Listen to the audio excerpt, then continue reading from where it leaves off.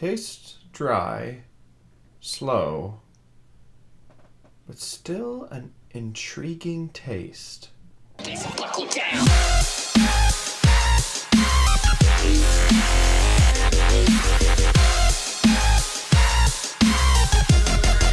A Most Violent Year is a film directed by J.C. Chandor and stars Oscar Isaac and Jessica Chastain.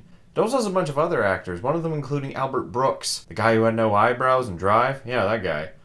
It seems he still doesn't have his eyebrows. A Most Violent Year is about a businessman who is in charge of a fuel company. He's trying to acquire an old plant in order to improve and expand his business. This is all taking place during one of the most violent years in New York City's history, 1981. His trucks are being robbed and his drivers are being hurt, and he has all these sort of issues and challenges crushing down on him. All the while, there is this solution, which is basically to turn into a mobster, which he doesn't want to do. That's part of one of the reasons why I found A Most Violent Year very interesting. For one, its title is not, in a sense, actually what the movie is about. Most people would probably expect from a title like this there be a lot of violence in this movie. There isn't. This violence is implied with every news report that Oscar Isaac's character hears. We hear about different murders in various different ranges. There's one about a teenage boy being killed. There's one about a serial killer. It's part of this over-encompassing stress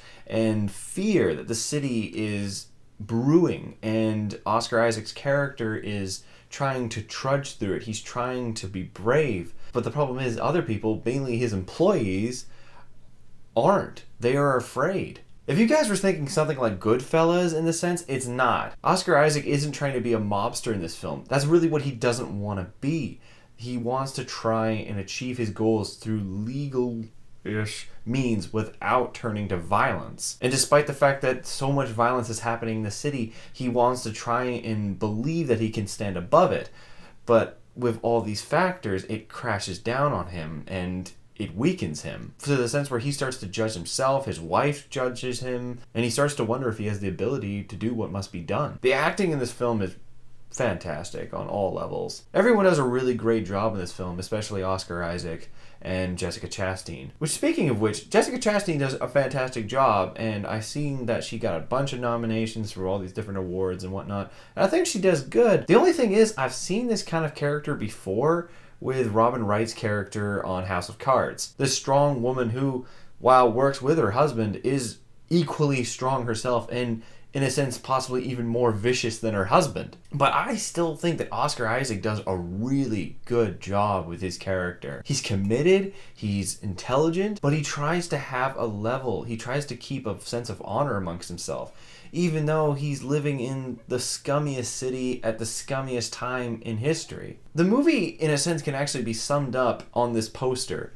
Right up here in the top corner it says, "What good is the American dream if you can't sleep at night because of what you did to achieve it?" That is the inner conflict in Oscar Isaac's mind the entire time. Everyone is against him in a sense, and he is trying to stand up for what he believes is right. He wants to do the just way. But the problem is, with everything that happens to him, with all the factors and the problems that come in his way, he in a sense actually has to almost pretty much give up those ideals in order to survive. But despite all these good things, the movie is very slow and it's dry. If you're expecting action or a lot of mobster stuff or, as the title imposes, violence, does not happen in this movie. It's very character driven, but there's pieces that feel missing here and there. There's kind of plot ends that don't really tie up, or it's more so implied of what happens, but you would like to know a little bit more. But at the same time, it drags certain things out to the point where you're going, why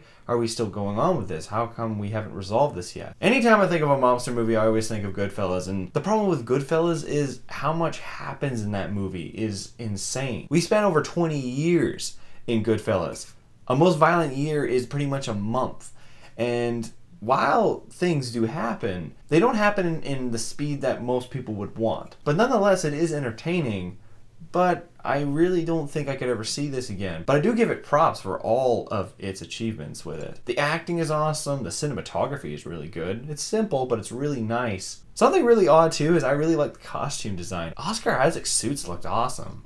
Really, really good. And I'm not a fashionista person or anything, but I really like what Jessica Chastain wore. I'm not talking about the one on the poster with the big boobs there. I actually liked all of her other costumes that she wore. So in the end, I would give A Most Violent Year a 4 out of 7. I know that's kind of low, and the movie is good, but it just isn't something that I would recommend to a bunch of other people. I know why people enjoyed it, but it's not something that everyone's going to enjoy. I praise that it's different, but at the same time, I can't really excuse how slow it moves. But really, in the end, I give props to J.C. Chandor, the director of this film, for trying something different. He's done that with the last few of his films, with Margin Call, which was really good, All Is Lost, which was also good, but different, and same with this film. I wouldn't care if I ever really saw it again. I was happy that I did, and I'm happy that I saw a good movie to help me forget Black Hat, but really, it's going to be forgotten the instant I go and see these digital film festival movies this weekend. I hope you guys are enjoying your morning tea. I finished this while making this review, so that's why I've been kind of doing this. I don't have to worry anymore. I hope you guys are psyched for the digital film festival. I certainly am.